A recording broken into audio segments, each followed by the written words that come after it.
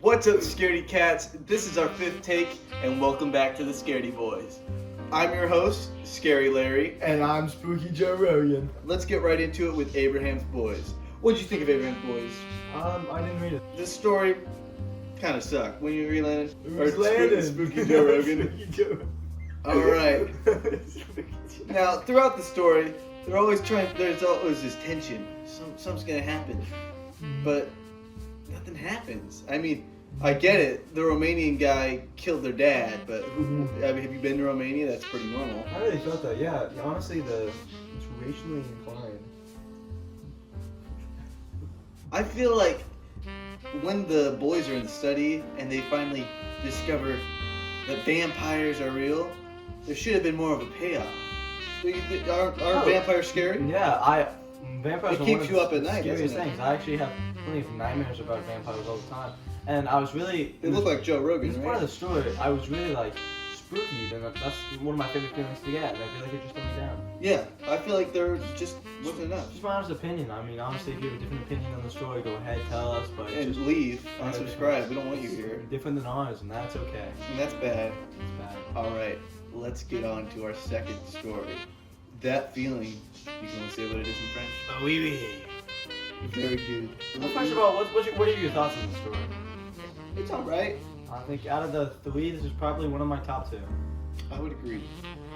It's definitely up there. Now, this story follows some sort of psychological loop, and the excerpt at the end says that she might be in hell. Which, that's a possibility. Repeating the same events over and over, that's pretty spooky. That's eternal damnation. Deja vu. My favorite part of the story was how much it reminded me of the art piece called Everywhere at the End of Time, which is this really long album that synthesizes what it's like to go through dementia. Now, it's really connected to Joe Rogan here, because he's suffering through dementia. I'm Spooky Joe Rogan. He thinks I'm Scary Joe Rogan. Dementia affects everyone in a lot of people. As you can see, the effects of dementia hit people very hard, and sometimes they're unable to live a normal life. It's true. So what do you think about the story? The confusion of misremembering and not being able to trust and rely on one's own memories is one of the scariest things to me, and it's why this story resonated so much with me. So anyway, And now, a word for our sponsor. Are you tired of wandering through the woods with nowhere to go? Well, now you have Hole in the Ground, our brand new sponsor for this podcast. Use the link in the description to get one hole free for 2 months. Alright, let's get on to our third story. Where are you going? Where have you been? Where have you been going, Joe Rogan? actually, I've been going to the store. What do you I been getting at painted the some store? tables. I have milk. Do you like milk? Love milk. That's all I drink. How much milk do you say you drink in a day? Half a gallon at least. Week. 7 gallons. It's not adding up. I'm Spooky Joe Rogan. I can't do math. I drink milk and I do a podcast with my co-host. Me! Did you ever introduce yourself? Wait, I thought I was the host. We're Why do I have this laptop? No, a co-host. Oh, we're both co-hosts. That's how it works or something. Okay, now let's move on. Let's talk about our third story.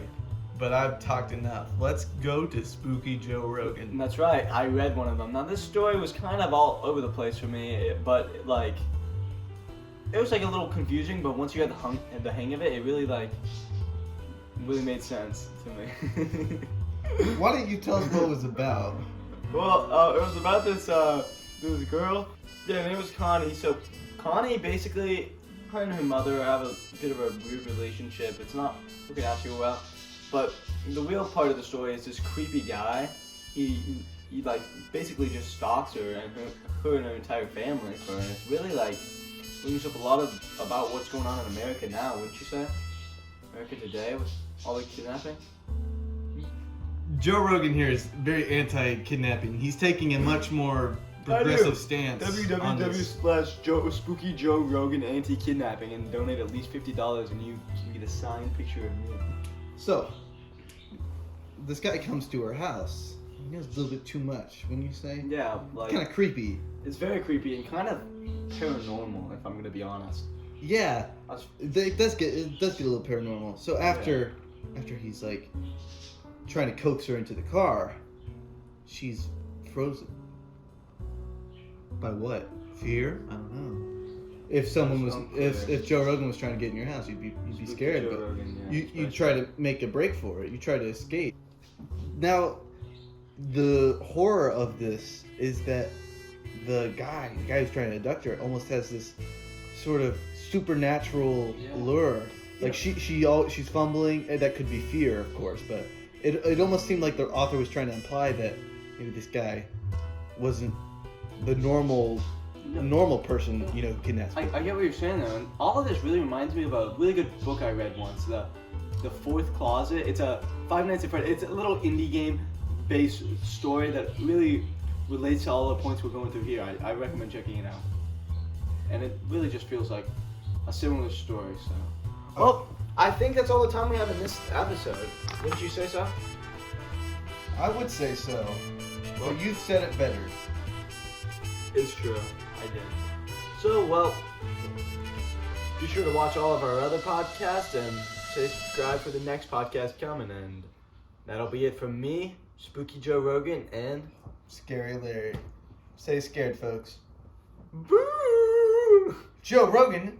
Oh my goodness, it's the bald beam. You're needed.